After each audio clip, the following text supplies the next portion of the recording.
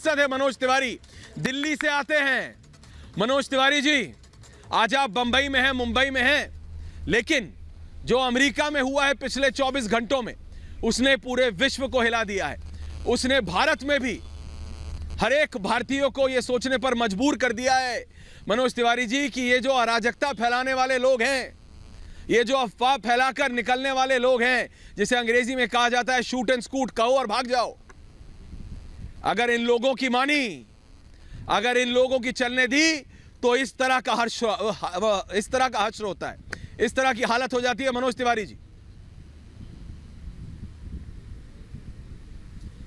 ऐश्वर्य भाई, मैं आपको धन्यवाद देता हूं कि आपने एक ऐसा टॉपिक लिया है जो इस समय देश में और पूरी दुनिया में एक बड़ा खतरा बना हुआ है। हमारे बड़े बुजुर्गों ने एक कहावत कही थी, हमने गांव में सुनी थी, हारेंगे तो हूरेंगे, जीतेंगे तो थूरेंगे।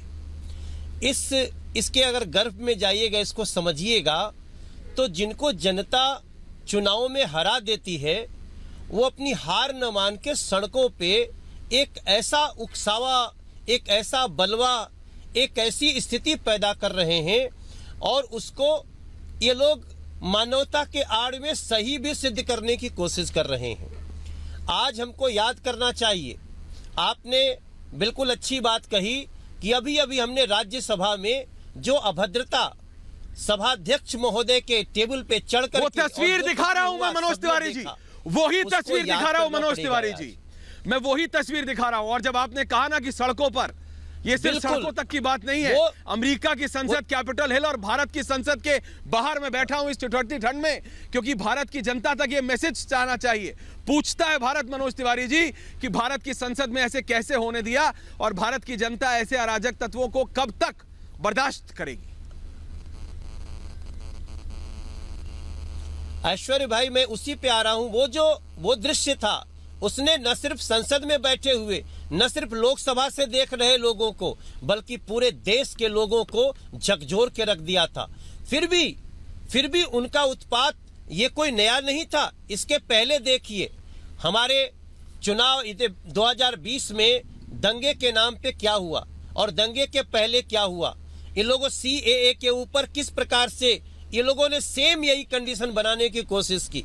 आज तो पता है ना, आज तो मैं मुस्तफाबाद में, दिल्ली के सीलमपुर में अपने मुस्लिम भाइयों से भी पूछता हूँ, शाहीन बाग के लोगों से भी पूछता हूँ, भैया CAA से किसकी नागरिकता गई? नहीं गई। लेकिन उन्हें जो आग लगाना था, उन्हें जैसे उकसाना था, उन्होंने उकसा लिया। आज इसी का एक दुनिया भर में स्वरूप मिल रहा है। हमें तो ये भी शंका है कि कहीं ऐसा तो नहीं कि ये दुनिया भर की शक्तियां, इनके जो विचार के केंद्र हैं, वो कहीं ना कहीं आपस में मिल रहे हैं। मैं समझता हूं आने वाले समय का इतना बड़ा खतरा है। आज किसानों से सरकार बात कर रही है और किसान नेताओं से हमेशा बात हो रही है। जो किसान नेता बैठे हैं उनसे लगातार बात हो रही है, लेकिन उनको भी लगातार उकसाने की आप तरह तरह के नेता देखेंगे। ऐसे लोग जो पहले किसान बिल को पास कर देते हैं, वो स्वयं जाके किसान नेताओं को भड़काने में लग जाते हैं। तो ऐसी स्थिति में मैं समझता हूं इस खतरे के लिए सभी लोगों को आगाह होना पड़ेगा। आज जो आपने अमेरिका की तस्वीर दिखाई, दुनिया के अन्य हिस्सों में जिस प्रकार से उकसा करके बलवा किया जा रहा है, और यहाँ पे भड़काते हैं फिर इटली भाग जाते हैं, यहाँ पे भड़काते हैं फिर वो बिल में छुप जाते हैं, क्योंकि इससे नुकसान उनको नहीं है जो उकसा रहे हैं, वो तो मोहरा उनको बनाते हैं जो भोले भाले लोग हैं। ऐसी स्थिति में मैं समझता हूं आज का ये इशू, इसको देश के प्रत्येक व्यक्ति को समझ में आ रहा है। रिपब्लिक भारत ने जो विषय लिया है, ये मनोज तिवारी जी, मेरा सिर्फ इतना सवाल है पूरे कि एक जनतंत्र में, प्रजातंत्र में, मैं आपको बता रहा हूं, लोकतंत्र में मनोज तिवारी जी, आप भी सांसद हैं, आप भी संसद जाते हैं, आप वापस अपनी जनता के पास जाते हैं, आप उनके सवाल का सामना करते हैं, आप उनके गुस्सा का सामना करते हैं, आप उनकी नाराजगी का भी सामना करते हैं। मनोज तिवारी जी, हर एक सांसद, सिर्फ आप नहीं, हर एक सांसद करता है, लेकिन प्रजातंत्र में गुस्सा दिखाने का, विरोध दिखाने का एक तरीका होता है। आपको उस तरीके के चलते, ये सिर्फ एक तरीका नहीं है, ये सिर्फ बवाल काटना नहीं है, ये एक नेफेरियस डिजाइन है, जिसे मतलब अंग्रेजी में कहते हैं ना, एक सोची समझी रणनीति है। क्या आपको लगता है अमेरिका में इतने लोग ऐसे ही इकट्ठे हो गए थे?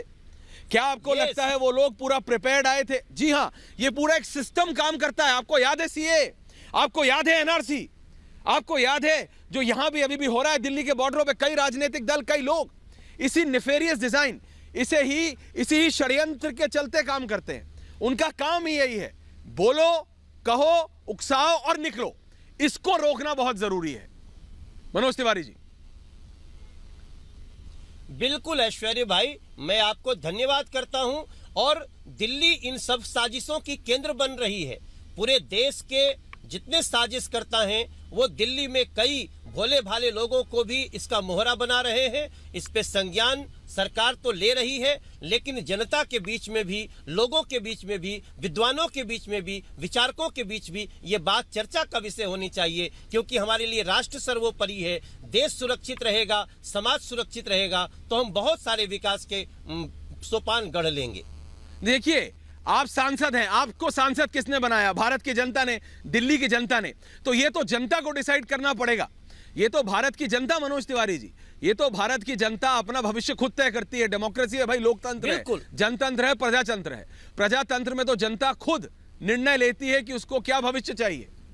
जनता देख रही है कि अगर आप अराजक तत्वों का समर्थन करेंगे, अगर आप ऐसे लोगों का समर्थन करेंगे जो कह के निकल जाएंगे, तो अमेरिका जैसी हालत कहीं भी हो सकती है। होनी नहीं चाहिए, लेकिन हो सकती है। आप देखिएगा, दिल्ली में जब जेएनयू में हुआ, उसमें भी अरविंद केजरीवाल जैसे लोग, राहुल गांधी जैसे लोग जा करके उनको उकसाने का काम किए थे। उसके बाद आप ओखला को याद करिए, जिस समय CAA आया था, उस समय ओखला में कैसे उनको उकसाया गया था। वो चित्र, वो प्रमाण आज भी है।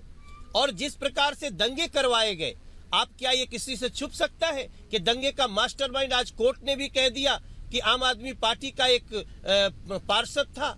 तो इन सारी चीजों पे निश्चित रूप से जनता को हम विनम्र भाव से कहते हैं कि ऐसे लोगों के, ऐसे साजिशकर्ताओं की सच्चाई को पहचानना पड़ेगा और इनके हर साजिशी कदम को रोकना पड़ेगा। जी बिल्कुल, बिल्कुल मनोज तिवारी जी, बिल्कुल मनोज तिवारी जी। तो ये थे दिल्ली के सांसद और वरिष्ठ भाजपा नेता मनोज तिवारी। बहुत बहुत धन्यवाद। मुंबई से सीधा जुड़ रहे थे हमारे साथ, रास्ते में थे, लेकिन मैंने कहा कि आपको महत्वपूर्ण विषय बोलना पड़ेगा। मेरे साथ पूरा पैनल है अब।